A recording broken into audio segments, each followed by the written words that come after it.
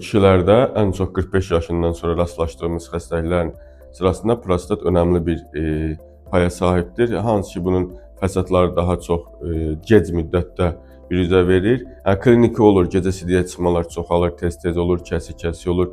Gedib qayıdandan sonra təkrar sidik olur, sanki hamısı boşalmayıb.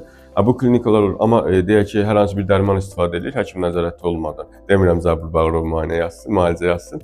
Fərq yoxdur, uroloq nəzarəti olmadan dərman qəbul eləməsinə, çünki bu gələcəkdə cinsi zəiflik yarada bilər.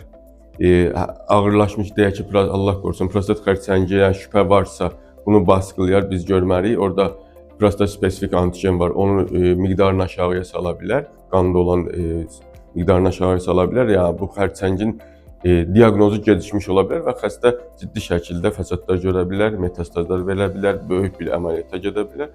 Ona görə düşünürəm ki, bu klinikalar varsa, əlamətlər varsa, xəstənin mütləq həkim nəzarətində olmalıdır. Bir var, düşünək ki, bir dərmanlarla, konservativ müalicələ bu sağala bilər. Bir də var, ağır formaya keçir, o qədər təcili əməliyyatlar eləmişik ki, sidik hissəsi tamamilə dolub, çölə çıxa bilmir. Prostat o qədər böyük, kanalın ağzını tutub. Xəstə qlobda dediyimiz sidik hissəsinə 1 litr, 1.5 litr sidik dolur, xəstə sidiyə çıxa bilmir.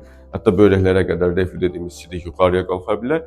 Yəni, bu problemlərlə rastlaşmamaq üçün 45 yaşından sonra mütləq və mütləq ən azı ildə bir dəfə uroloq nəzarətində olmaqları məqsədə uyğundur.